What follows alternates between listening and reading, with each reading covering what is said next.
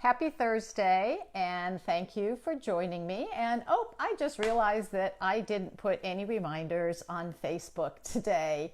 It's been a little bit of a crazy week because my baby daughter, who's now 23 years old, got married on Sunday, and I'm still not sure what day it is. So thanks so much for joining me. I'm Leslie Dories, your marriage coach, and Thursdays are the day we talk about marriage. And this month we've been talking about sex, and I probably should be talking about making love. I know people don't necessarily like that distinction, and I'm not sure I actually really like the term making love, but I actually like the distinction because sex usually refers to the physical act, and intimacy is so much more than just what happens physically. And quite often the physical aspect in sex is really just about us, just about our personal desires, where being intimate, making love is really about both partners. So I'm going to make that a little bit of a distinction. And I know it's a little funny, but just humor me. So if we want to have sex, then, like the rip your clothes off kind of stuff that happens, usually when we first meet somebody, it's all driven by the physiological neurotransmitters that really just get us hot and heavy. And if we've been with somebody for a while, it can be a little hard to reactivate those. Now, I'm not saying we can't have quickies. I'm not saying that we can't have those moments where we just want to rip each other's clothes off and go for it. But those times are usually about physical satisfaction, not necessarily emotional connection. And really, the best kind of sex is when we're connecting with each other. So how do we set the stage for that? Now, I've said this to a lot of my clients over the years because one of the things that people think about setting the stage for sex is setting the physical environment. And that's important. We want a place where it's quiet. Maybe the lighting isn't like, as my husband and I like to talk about, lit, the room's not lit up like a highway patrol station. We want it kind of a little warm.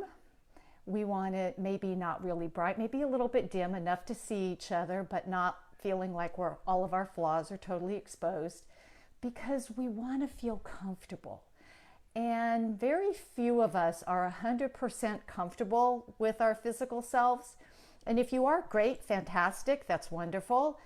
But, this is kind of why lingerie is kind of fun. One, not everything is out there in the open. It gives a little bit of illusion. And two, it can actually make us feel more comfortable. So we want to set the physical stage. We want to, and in my particular case, we want wherever it is to be warm. I used to have two cartoons up on my wall, and one of them was a man in the lingerie section of a department store asking the clerk, "Do your teddies come with down booties?" And my husband just loved that because I'm always cold. And then the other one was the couple's in bed, and she's saying to him, "My putting my feet on you is not an assault with a deadly weapon." So there are some of us that actually just get really cold.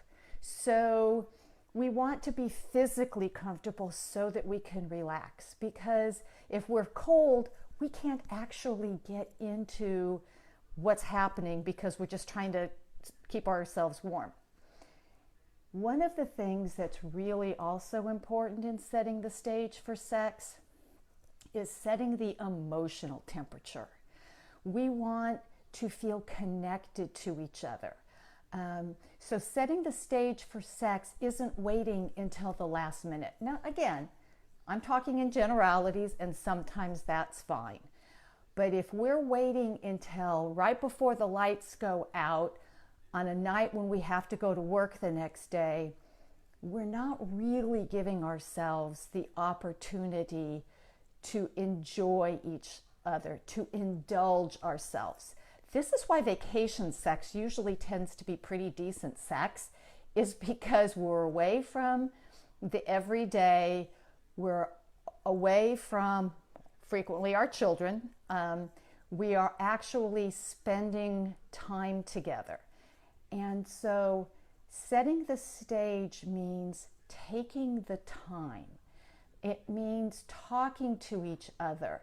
It means connecting on a deeper level so that going and becoming physically intimate with each other is a natural step.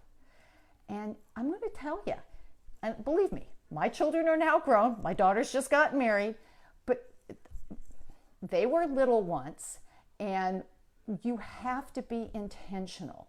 You have to make the time to connect with each other regularly.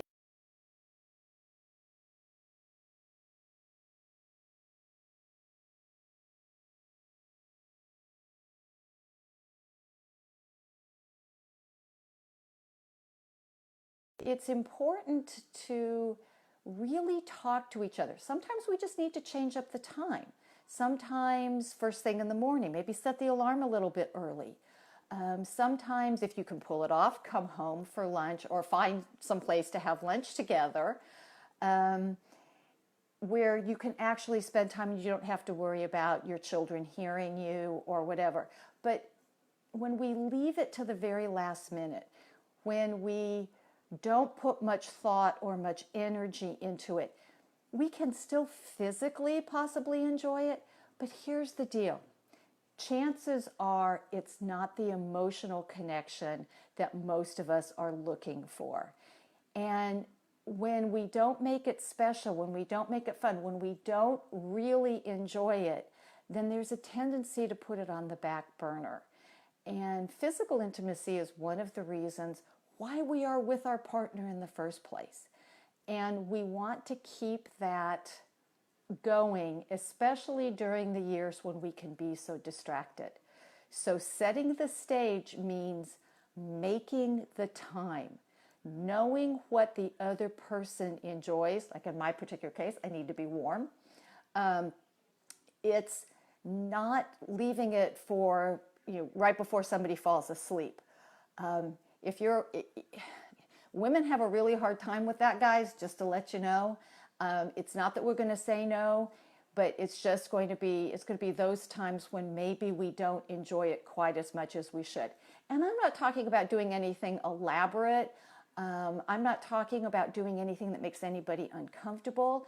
And again, this is why we have to talk about it because what one person finds arousing or comforting, or however you want to phrase it, somebody else might not. I was just reading an article where they were talking about, strew flower petals from one room up into your bedroom and put it. It's like, that for me, all I would see is, oh great, something else I have to clean up. So that's not something that I'm going to enjoy. Now there are people who might enjoy that, and this is also the part of it being making love. It's what we are doing together. It's how we connect with each other. It's my doing the things that make my partner feel loved and cared for and pleasured. So think about it. Think about the best sex you have ever had in your life with your partner and what were the conditions, and see if you can recreate them. Maybe you don't have to do the whole thing, but see if you can do some of it, because my guess is that's going to sweep your partner off their feet. So again, I'm Leslie Dories, your marriage coach, owner of Foundations Coaching and the creator of the Hero Husband Project. And I would love to hear about what things work for you or what questions you might have. So go ahead and put them in the comments below. And hopefully this has been helpful. And until next week, stay loving.